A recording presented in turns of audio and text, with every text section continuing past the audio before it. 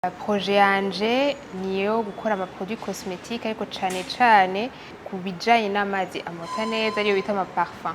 Nabitanguye nkiri umunyeshure, niho natanguye kuvyiyumvira, kubirondeza, kwiyigisha, ariko sinari bwatangure kubidandaza.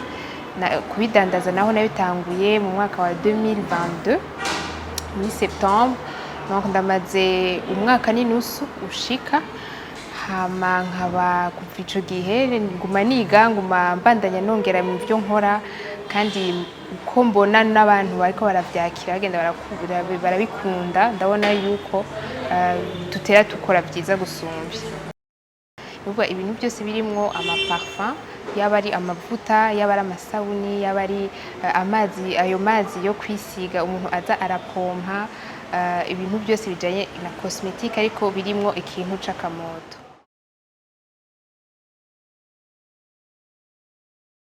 Ikintu rero ca parfumerie ni ibintu bakoresha ibintu bita essence, aba ari amavuta yakuwe mu bintu byinshi tuzi biri novuga bidukikije, yaba ari ibiti, yaba ari amashugwe, akavanga ayo essence hanyuma akayadiluwa muri ico bita alcool, hanyuma ugashobora gukora parfum.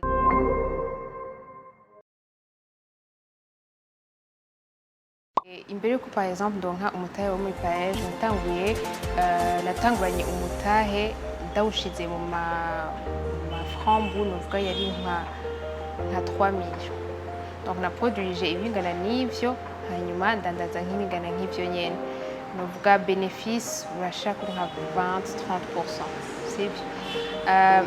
Maze kuronka umutahe wo muri Paris, ubunye je produis jusqu'à 10,8 millions, donc ndashobora kumultiplier par 3. Ndashobora kudiversifier, ndashobora gukora amavuta, ndashobora gukora amasabuni, kubera ko umutahe wampermeze gukora ama option menshi gusumvya yo nayo nshoboye jewe muri ico gihe. Imbere yo kuronka umutahe wa Paris, nta muntu nibaza ko ata muntu nari bwaha akazi. Maze kuronka umutahe wa Paris, nibaza ko maze gukoresha abantu bashika kuri 4.